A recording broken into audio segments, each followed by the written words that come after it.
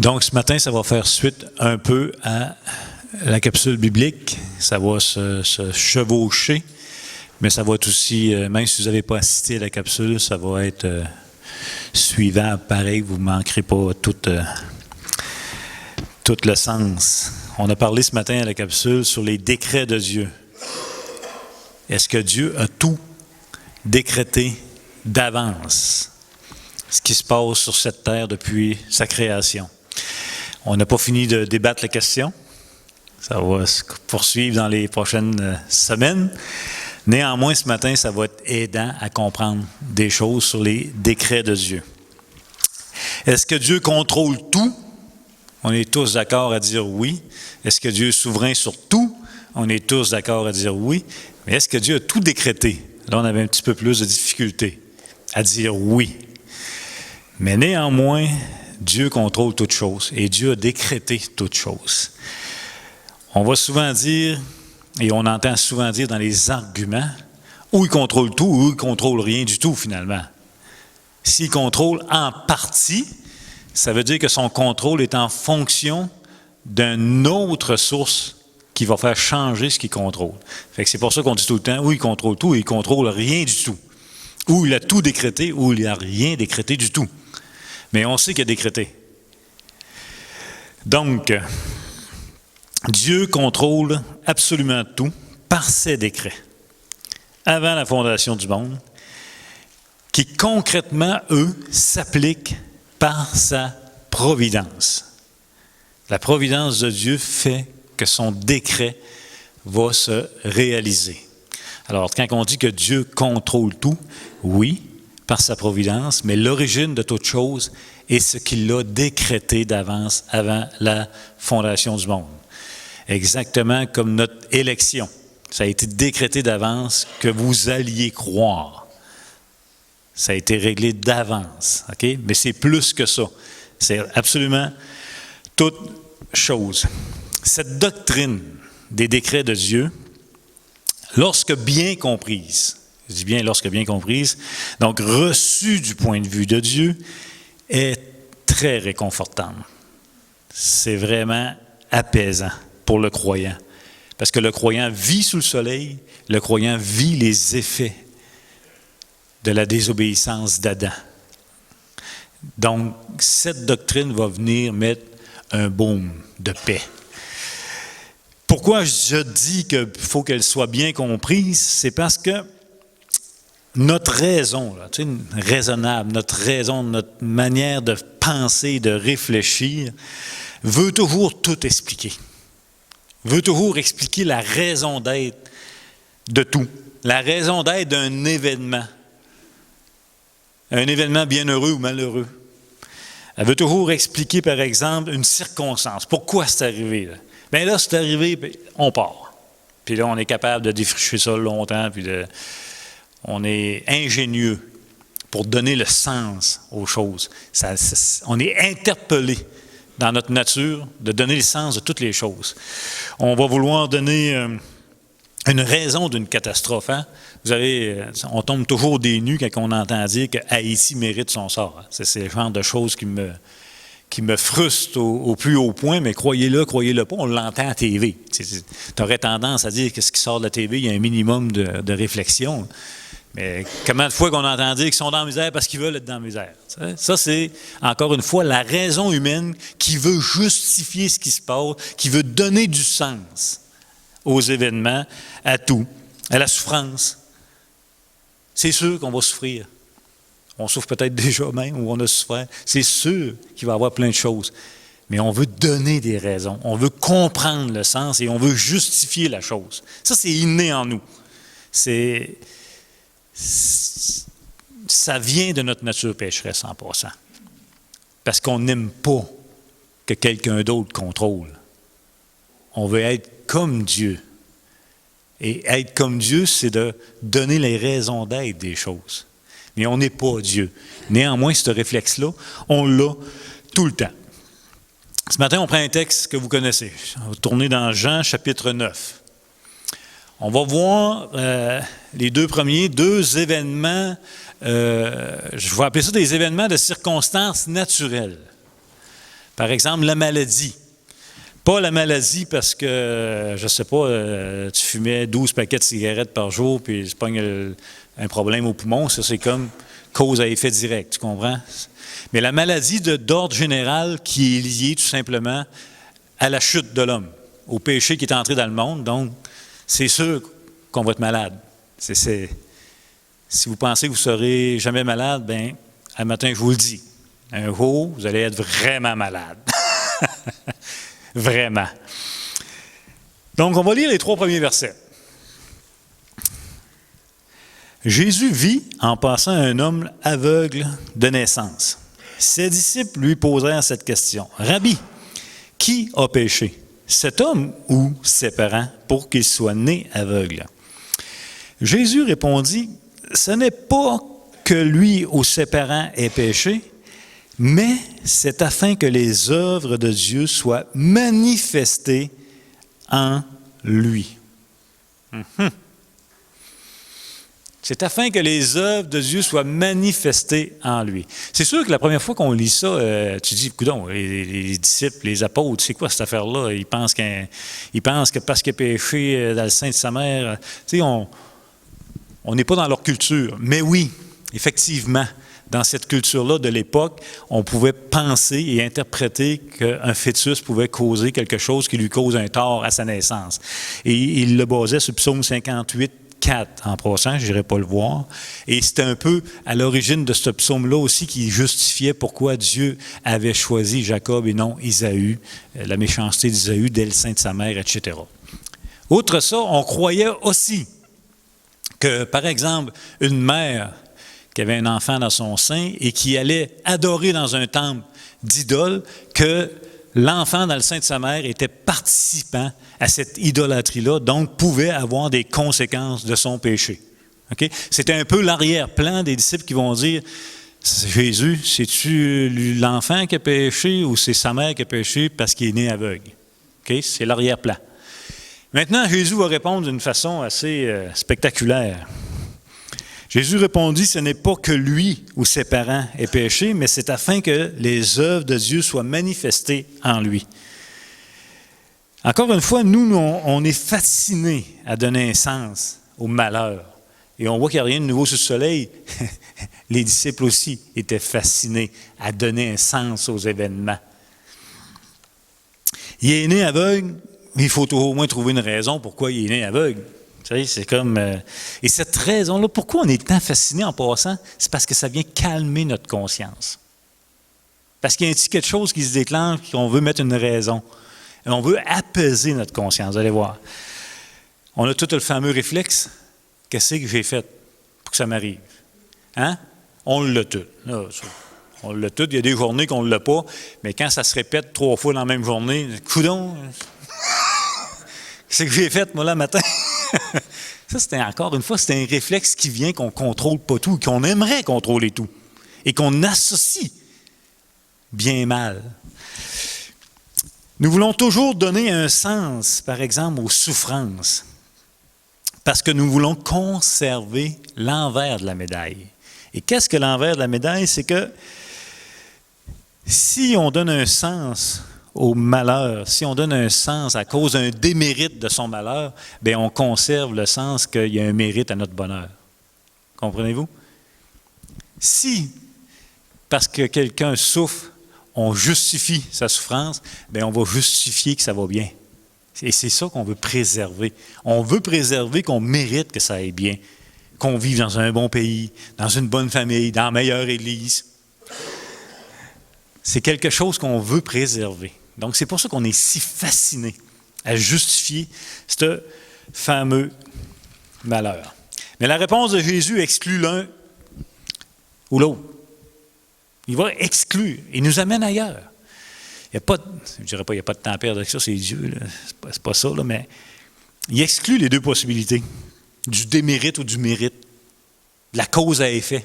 Il les exclut. C'est afin que l'œuvre de Dieu soit manifestée en lui. Ce matin, dans Éphésiens, on lisait que tout est pour la gloire de Dieu. On le chante, que tout est pour la gloire de Dieu. Mais là, ici, il est en train de nous le rappeler, il est né aveugle, c'est pour la gloire de Dieu. Dans sa réponse, Jésus ne nie pas, par contre, le lien entre la chute et la souffrance. Il n'est pas en train de nier que ça n'existe pas. OK? Mais il brise la généralité de toujours pouvoir faire ce lien, ce que nous, on aimerait faire. Il brise notre idéal de penser qu'on va toujours comprendre l'œuvre de Dieu, ce qu'on désirait tant. Mais Dieu nous a dit et redit à tellement de multiples reprises qu'on ne comprendra pas toute son œuvre. Quelle est la raison d'être de la création? Glorifier Dieu, lui donner gloire. Ici, nous avons un individu né aveugle. Pourquoi? Je ne le sais pas. La Bible ne le dit pas. Peut-être que si c'était aujourd'hui, les médecins pourraient nous donner certaines explications. Peut-être. C'est peut-être l'hérédité. C'est peut-être une malformation dans le sein de sa mère. C'est peut-être qu'il y a eu de quoi à quelque part, puis on ne sait pas. Mais on ne le sait pas. Mais ce qui est sûr, c'est que rien n'échappe à Dieu. Encore une fois, ou Dieu contrôle tout, ou il ne contrôle rien en tout. Le chapitre 9 de l'Évangile de Jean, il est écrit pour la gloire de Dieu. La preuve, on s'en sert encore aujourd'hui. C'est la parole de Dieu pour nous. Et il a fallu que Dieu contrôle toutes les conditions préalables qu'il a décrétées d'avance pour que nous puissions lire le chapitre 9 et dire et entendre de Jésus qu'il est né aveugle pour la gloire de Dieu. Ça veut dire quoi? Les conditions préalables. Quand on dit que Dieu contrôle tout, il ne contrôle rien du tout. C'est qu'il a fallu que ses parents se connaissent dans un temps où ce qu'ils ont pu avoir cet enfant-là dans le temps que Jésus fait son ministère terrestre. Vous me suivez? En dehors de ça, ils ne se croisent pas. Et cet homme-là, on sait que d'après le chapitre 9, il mendiait. Il est aveugle. Il mendiait. Et il a fallu que le regard de Jésus et de cet homme-là avec ses disciples se croisent physiquement. Donc, c'est une circonstance que Dieu a décrétée d'avance, qui a contrôlé d'avance par sa providence. Et il a fallu en plus que ce soit un jour du sabbat. Parce qu'il l'a guéri un jour du sabbat, ça a fait toute une levée de fonds, cela, envers les pharisiens. Donc, je ne sais pas si vous saisissez comment Dieu peut tout contrôler. Il vient de dire, il est né aveugle, c'est pour ma gloire. Et puisque c'est pour ma gloire, bien, toutes les causes, les circonstances qui ont fait qu'il est né aveugle, ses parents qui se sont connus, toute la patente, qui mendiait à telle place dans un lieu géographique où ce que Jésus fait son ministère pendant ces 3 ans, et qu'il se croise un jour du sabbat, bien, c'est aussi décrété et voulu de Dieu, contrôlé par Dieu. Ce qu'il y a de réconfortant dans ce texte, c'est que tout a un but. Absolument tout a un but. Mais attention, un but pour Dieu, pas un but pour notre confort. Le but, c'est toujours pour Dieu. Pensez-vous que cet homme a souffert, par exemple? Né aveugle. Un peu fatigant. Un peu souffrant. Tu as le malheur de venir au monde aveugle dans une société où ce qui t'accuse d'être aveugle. Un peu tannant. Tu es venu au monde aveugle, puis on t'accuse d'avoir commis un péché, ou ta mère. Si c'est pas toi, mon homme, c'est ta mère. Ça commence mal une relation familiale, ça. C'est sûr qu'il a souffert. Il passe sa vie à mendier pour survivre. Il n'y a pas de le fun là-dedans, là. Avec un jugement extérieur profond. C'est sûr que cet homme-là a souffert. Même les pharisiens vont lui dire, tu es né tout entier dans le péché, et tu nous enseignes, et ils le chassèrent après que Dieu lui aurait donné la vue. On voit un peu, donc il a souffert. La question, c'est, est-ce qu'il savait qu'un jour, sa maladie, sa souffrance servirait à la gloire de Dieu? Il ne savait pas. Il ne le savait pas. Mais il est néanmoins dans le plan de Dieu. Sa maladie, on l'appelait comme ça, fait partie du plan de Dieu pour la gloire de Dieu. Mais il ne le savait pas. Il ne le savait pas. Ce qui est intéressant, c'est que lorsque un frère ou une sœur sont dans une épreuve, une souffrance quelconque, même si on ne comprend pas, et souvent on ne comprend pas, nous pouvons trouver notre paix et réconfort en Dieu qui a un but, un sens pour toute situation, toute chose. Il y a un espoir derrière la souffrance. Il y a un espoir derrière la souffrance. Mais souvent, on cherche l'espoir dans la compréhension, dans le sens, et c'est là qu'on passe à côté du but. L'espoir dans la souffrance n'est pas dans notre propre compréhension de la chose. Notre espoir dans la souffrance est dans notre compréhension que Dieu contrôle tout et qu'il a un but pour tout, et le but est pour sa gloire, et non notre gloire ou notre réconfort, etc. Je ne sais pas si vous voyez la distinction. C'est vraiment important. Un autre verset qui est semblable, c'est notre ami Lazare. Lazare, il est tombé malade. Il est tombé. C'est un drôle d'expression, dire tomber malade, en tout cas. Il est malade. Il est malade au point que, famille bien connue avec Jésus, qui se fréquentait, relation d'amitié assez intime qu'ils avaient, au point d'envoyer chercher Jésus pour le faire venir le plus tôt possible, parce que Lazare est mourant. Et qu'est-ce que Jésus répond au verset 4, chapitre 11? Chapitre 11, verset 4. Lazare. Donc, après avoir entendu cela, Jésus dit, « Cette maladie n'est point à la mort, mais elle est pour la gloire de Dieu, afin que le Fils de Dieu soit glorifié par elle. » C'est un beau verset. C'est vraiment un beau verset. La fin du verset, le but de toute chose, de cette création, c'est la gloire de Dieu. C'est que le Fils soit glorifié par toutes les situations. Absolument toutes. Et ici, on a encore affaire à la maladie, que j'appelle encore une fois une cause naturelle de la loi, parce qu'on vit dans un corps de mort suite à Genèse chapitre 3. Est-ce que Dieu est l'auteur de la maladie? Non. C'est que ça serait comme dire que Dieu est l'auteur du mal. Puisque, ultimement, la maladie fait conséquence au péché. Dieu n'est pas l'auteur de la maladie.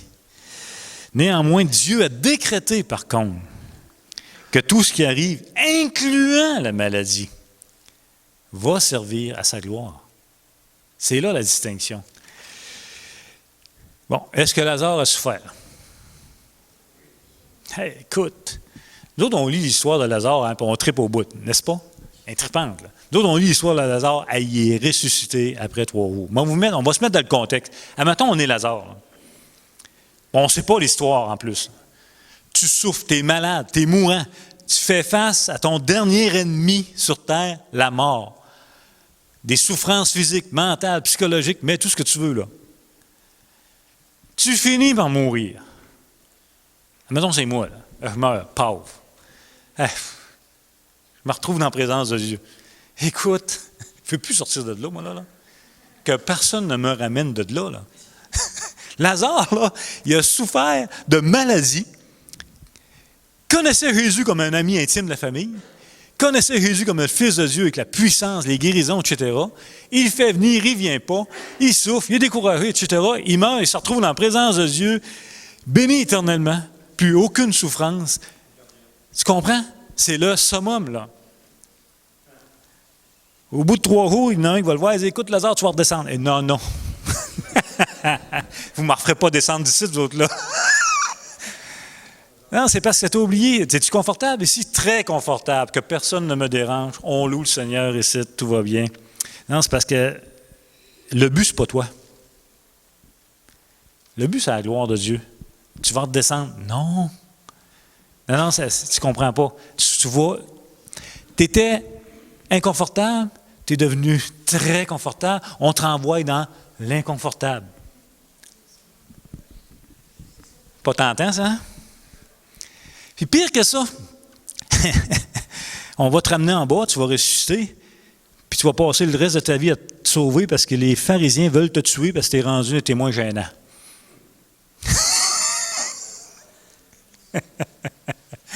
Pensez-vous que le but, c'est nous autres?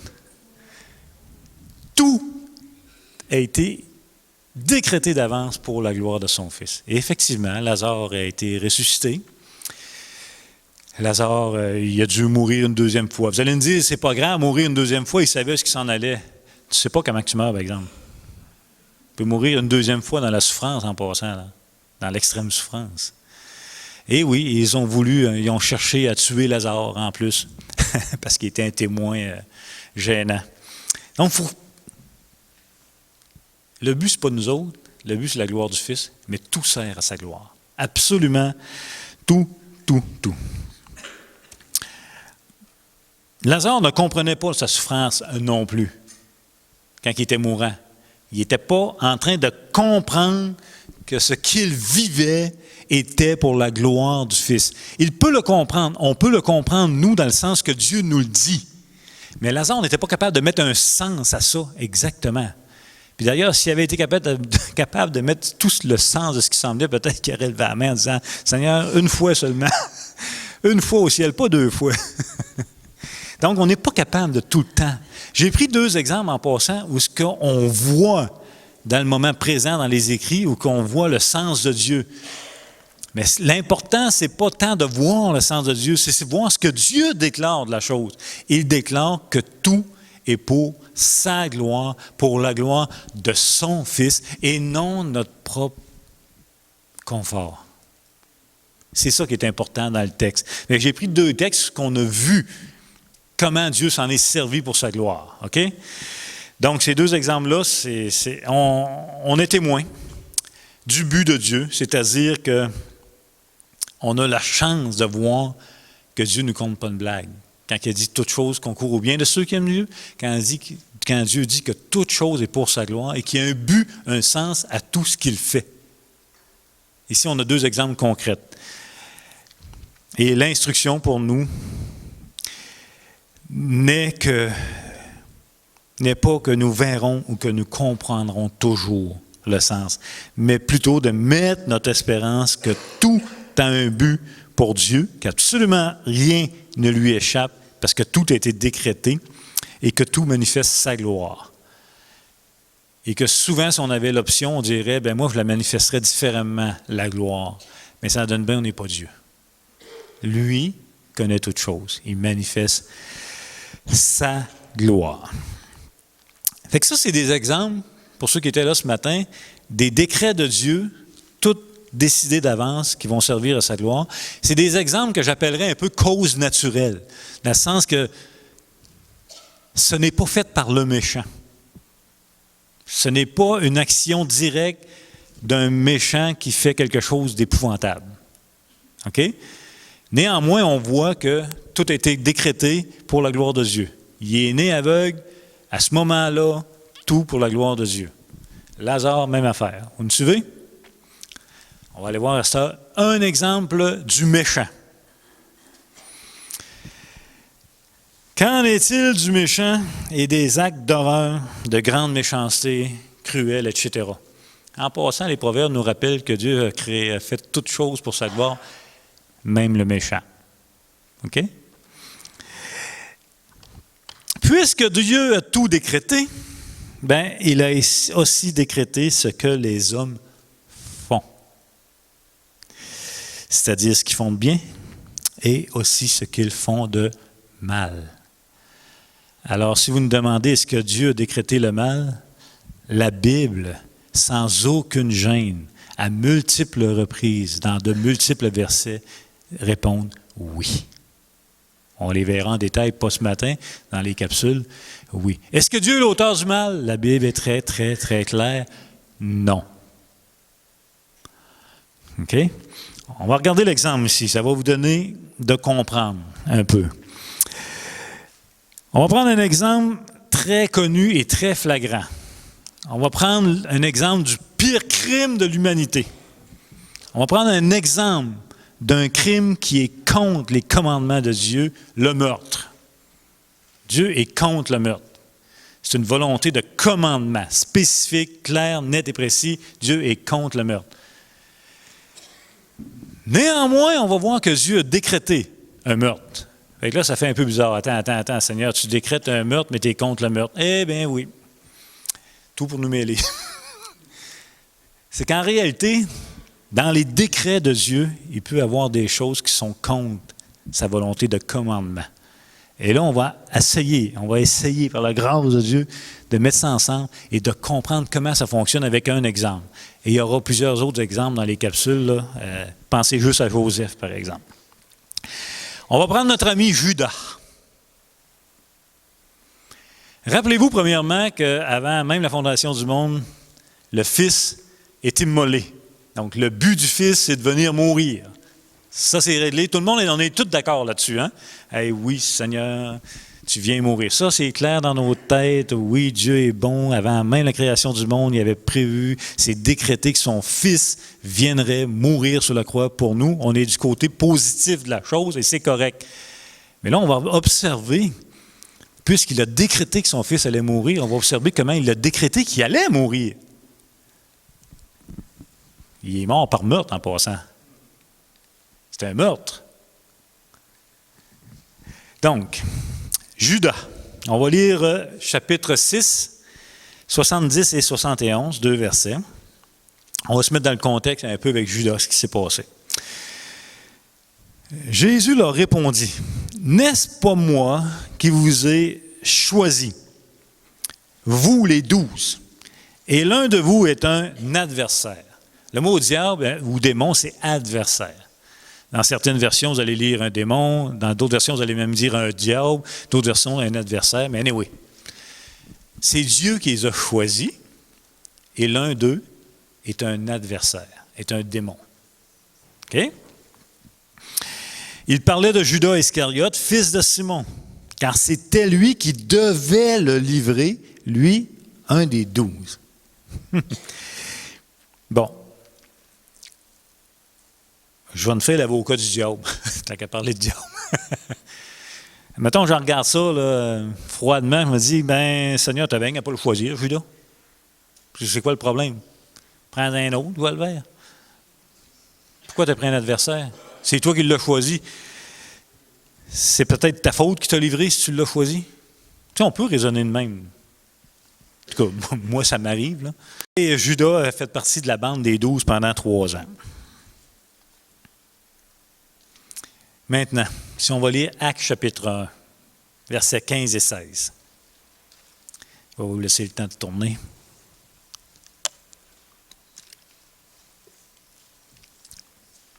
Actes chapitre 1, les versets 15 et 16. En ces jours-là, Pierre se leva au milieu des frères. Le nombre des personnes réunies étant d'environ 120. Et il dit, « Hommes frères, et c'est là que c'est intéressant, il fallait que s'accomplisse ce que le Saint-Esprit dans l'Écriture a annoncé d'avance par la bouche de David au sujet de Judas, qui a été le guide de ceux qui ont saisi Jésus. » Ici, on apprend que la trahison de Judas a été décrétée d'avance selon le dessein de Dieu. En d'autres mots, ce que Pierre nous dit, c'est qu'écoutez, ce qui s'est passé avec Judas ne pouvait pas arriver autrement. C'est ça qu'il est en train de nous dire. Ça devait s'accomplir comme les Écritures l'avaient prédit, comme Dieu l'avait décrété. Dieu avait souverainement décidé que Jésus serait livré aux mains des autorités par la trahison de Judas. Ça ne pouvait arriver autrement. La trahison de Judas était prévue depuis toujours, avant même la fondation du monde, dans le plan immuable de Dieu, dans un plan qui ne peut changer. Et là, je vous entends peut-être raisonner, ouais, mais là, il est-tu coupable ou il n'est pas coupable? Hein? Et là, c'est lui qui l'a livré. Si c'est Dieu qui a tout décidé, il n'y avait pas le choix de le livrer. On s'en va là. Non. C'est inévitable. Mais si on ne va pas voir ça, on ne tombera pas en paix avec les décrets de Dieu. On ne tombera pas en paix que Dieu est en contrôle de tout. Ou on va penser qu'il contrôle seulement des parties et pas le reste. C'est sûr. Fait qu'on y va. Question qui tue. Pouvons-nous blâmer Judas pour son crime? C'était décrété avant la fondation du monde que le Fils de Dieu serait livré par Judas aux autorités. Il ne pouvait arriver autrement, selon ce que l'apôtre Pierre dit dans Actes chapitre 1. Pouvons-nous blâmer Judas pour son crime?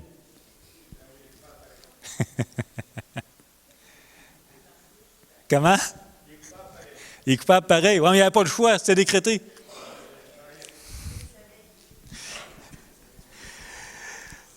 Laissons les Écritures répondre, OK? Jean chapitre 13, 18, puis après ça, on va rentrer dans la chair de l'os.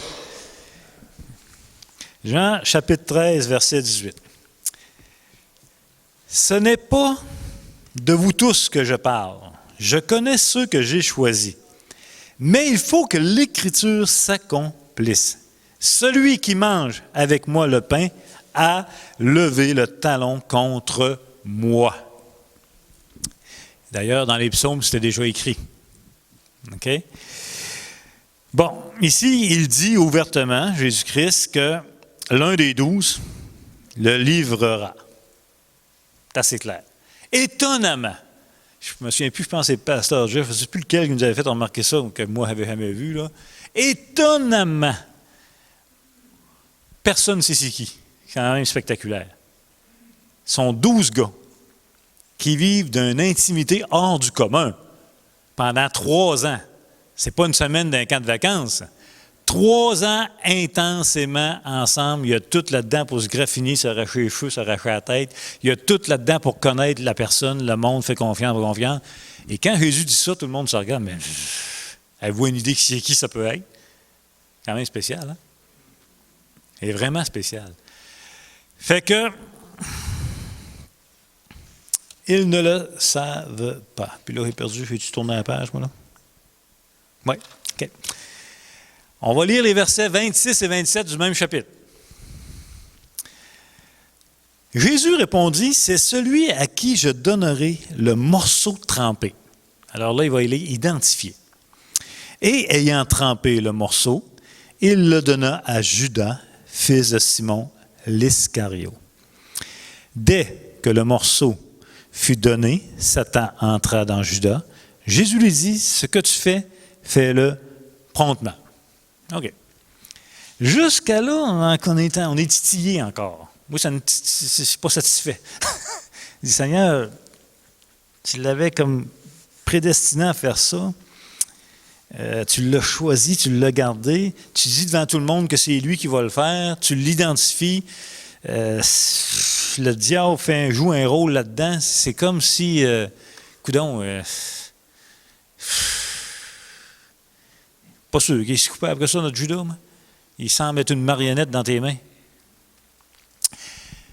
Et en passant, juste une parenthèse, Judas, avant le repas pascal, avait été voir les autorités pour prendre entente avec eux sur le moyen de livrer Jésus et avait déjà à ce moment-là reçu le 30 pièces d'argent pour le livrer.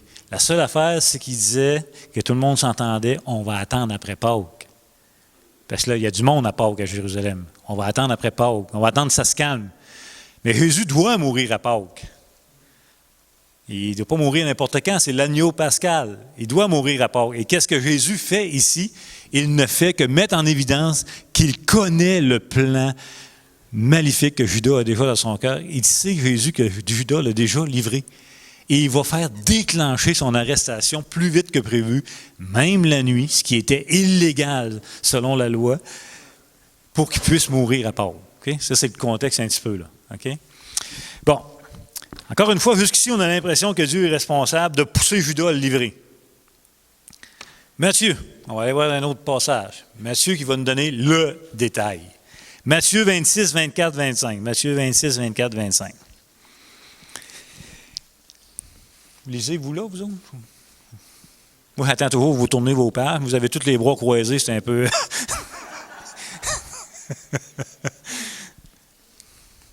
Matthieu, chapitre 26, 24, 25. Le Fils de l'homme s'en va selon ce qui est écrit de lui. Mais malheur à l'homme par qui le Fils de l'homme est livré. Mieux vaudrait pour cet homme qu'il ne soit pas né.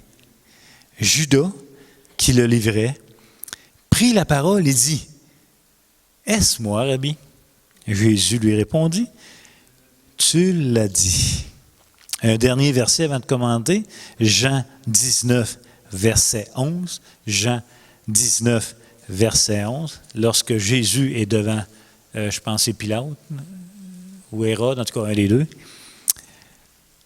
il va répondre au roi, et c'est assez... Quand on dit que Dieu contrôle tout, qu'il a tout décrété, c'est assez spectaculaire. Il va dire, Jésus répondit, « Tu n'aurais sur moi aucun pouvoir s'il ne t'avait été donné d'en haut. C'est pourquoi celui qui me livre à toi commet un plus grand péché. » Est-ce que Judas est moralement responsable de ses actes, quoique décrétés par Dieu avant même la fondation du monde? Oui.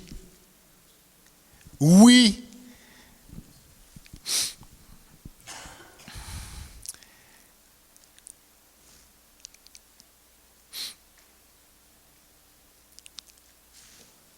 Jésus a bien averti Judas qui demeurerait responsable de son acte. Il lui a dit en pleine face. Il a dit, écoute, si tu mets ton plan à exécution, mon pauvre, toi, mieux pour toi, t'aurais été mieux de ne pas venir au monde. Il n'y a pas plus appel à la repentance que ça. c'est comme... Néanmoins, si tu poursuis dans ta volonté, tu vas être extrêmement responsable de tes actes. Pardon? Excuse-moi, il faut que tu parles fort. S'il n'aurait pas poursuivi sa démarche, qui aurait dénoncé Jésus? OK. La madame dit, s'il ne l'avait pas fait, Judas, mettons, il se serait repenti. Là, on était mal à manger. Qui c'est qui aurait livré Jésus? Jésus serait peut-être pas mort à Pâques. On se parlerait peut-être pas ici un matin. Ah, moi, je m'en vais chez nous. C'est que la question...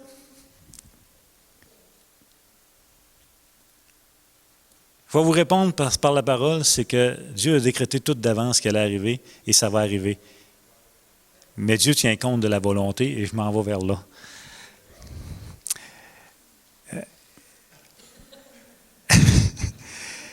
Regardez bien. Dieu n'a pas forcé Judas à trahir Jésus. Dieu, il ne l'a pas forcé à le trahir. OK? Judas a librement conçu ce péché dans son cœur et il l'a librement et volontairement exécuté selon la malice de son cœur. Il est pleinement responsable et coupable de ce terrible péché que Dieu avait pourtant décrété selon son conseil éternel et immuable. Est-ce que Dieu a décrété le mal que Judas a fait?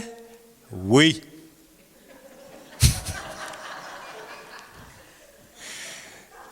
Est-ce que Dieu a décrété le mal que Judas a fait? Oui. Est-ce que Dieu est l'auteur du mal?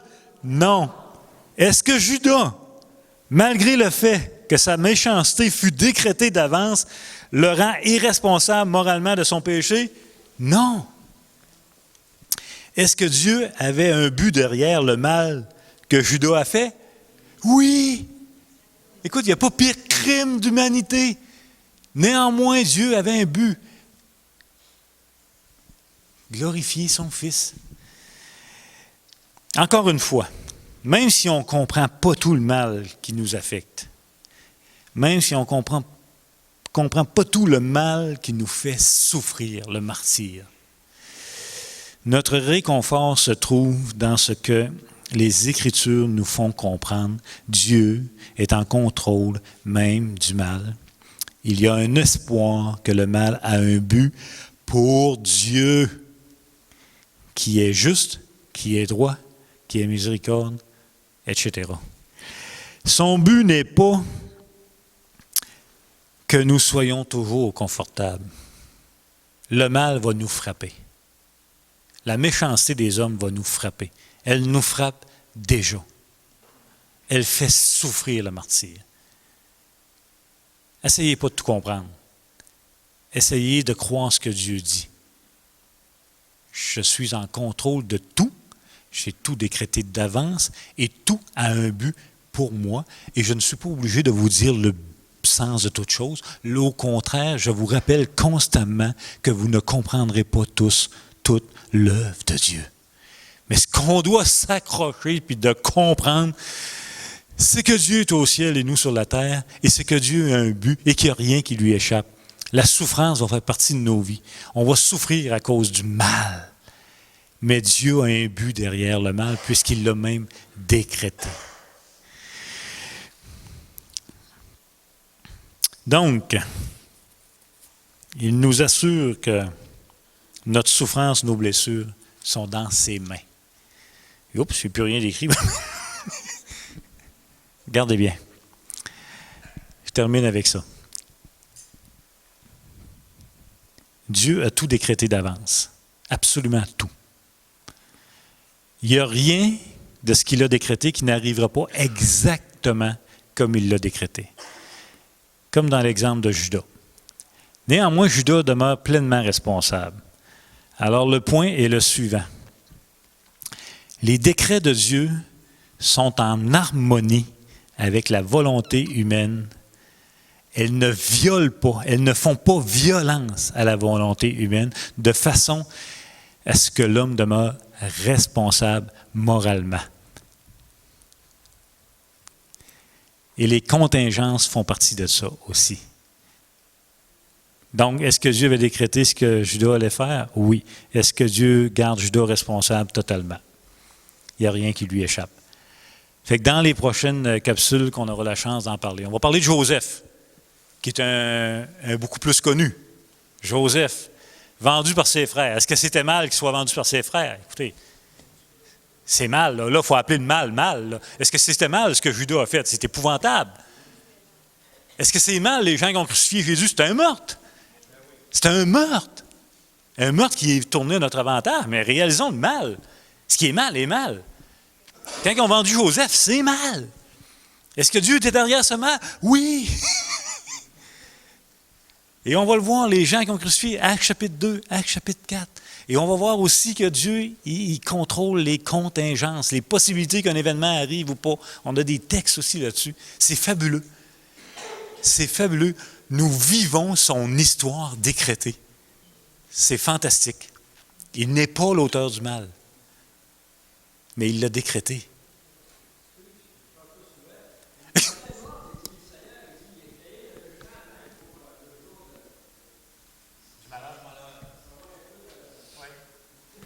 Oui. Je vais arrêter là-dessus, parce que je sens que je ne veux pas tomber dans une rafale de questions.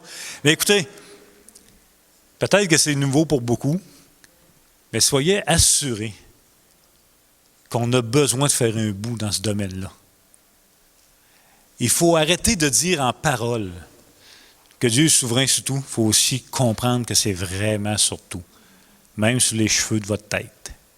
Fait que ça va être vraiment intéressant. Moi, ça m'amène un réconfort. Pas que je vais tout comprendre, mais que Dieu est vraiment en contrôle de tout, au point qu'il l'a décrété d'avance, et que ça tout arrive selon son dessein établi d'avance, et que tout a un but pour lui, sa gloire, et même le méchant pour le jour de sa vengeance. Fait que Seigneur Dieu, je veux te remercier Ah, Seigneur, merci parce que si tu n'étais pas en contrôle, si tu n'avais pas déjà tout décidé d'avance, comment pourrions-nous trouver un repos? Si ta volonté dépendait de la volonté humaine, comment pourrions-nous trouver un repos? Si ta volonté dépendait d'un événement qui arrive ou pas, comment pourrions-nous trouver un repos? Mais tu as tout mis en harmonie dans tes décrets. Et on peut trouver ce repos-là en toi. On peut trouver le repos aussi que tout va servir à ta gloire. Juste se reposer que ça va servir à ta gloire, dans ton plan, dans tes desseins. C'est sûr qu'on ne comprendra jamais tout, Seigneur Dieu. Et c'est voulu de toi. Et c'est certainement un repos pour nous que nous ne comprenions pas tous. Mais néanmoins, tu nous rappelles de te faire confiance.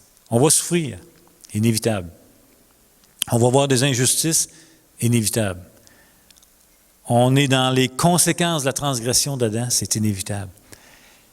Mais ce qui est certain, c'est que tu contrôles tout et que toute chose va concourir à ta gloire. Merci pour la confession de foi réformée qui détaille des choses qui nous aident à comprendre. Merci de ton Saint-Esprit qui, sans lui, on frappe un mur. À moins que tu viennes mettre une lumière dans notre cœur ténébreux, ce sont des choses qui sont difficiles à comprendre. Et il faut accepter qu'on ne comprendra pas tout, même ton décret. Merci, bénis chacun de nous. Bénis M. Brisson à la maison, réconforte-le avec son épouse. Bénis Marie, toute sa famille, dans ce jour de douleur, de la perte d'une mère. Je te demande vraiment de la réconforter, de l'encourager. Que ça puisse être un temps où ce qu'elle te voit contrôler la situation. C'est dans le nom de Jésus qu'on t'a prié, qu'on te remercie, Père Céleste. Amen. Bon dimanche tout le monde.